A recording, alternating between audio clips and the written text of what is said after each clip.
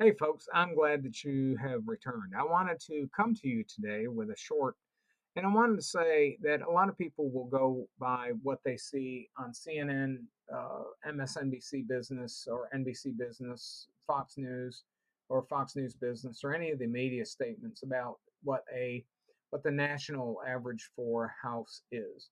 Now, I want you to understand, and it's I'm desperately trying to help you with pricing your house appropriately or level setting you so you understand what you're going to be buying into. All markets are local. You have to understand that when they say that the price of a house is $470,000, that's the average across the entire nation of any house that has been sold. Does not necessarily mean in your particular market or particular area that you're interested in buying in that the house is worth $470,000. Understand that they have $300,000 houses and they have $10 million houses in that mix.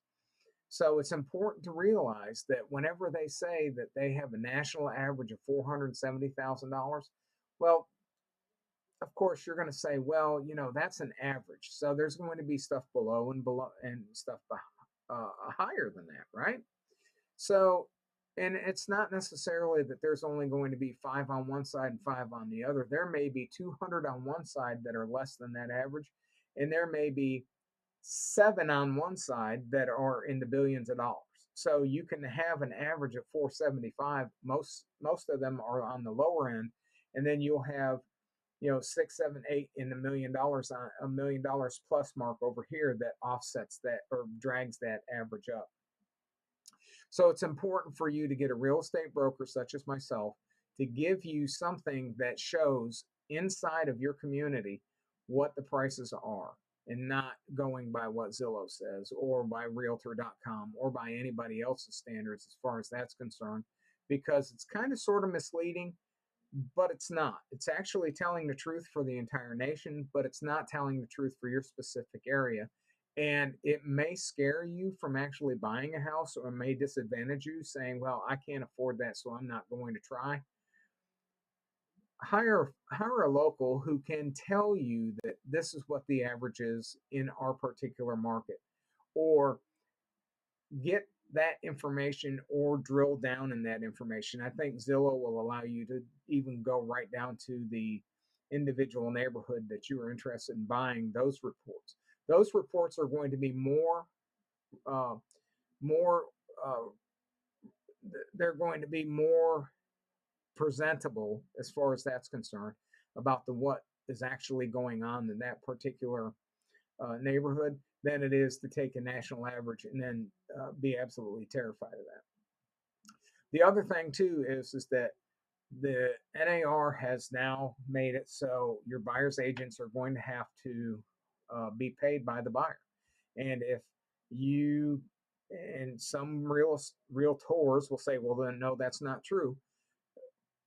Put your mindset in that a buyer's agent has to pay for their buyer's agent. A buyer has to pay for the buyer's agent. And if they get any money from the seller and there's a deficit, then the buyer has to pay for the buyer's agent that difference. Now, understand that's not always the case.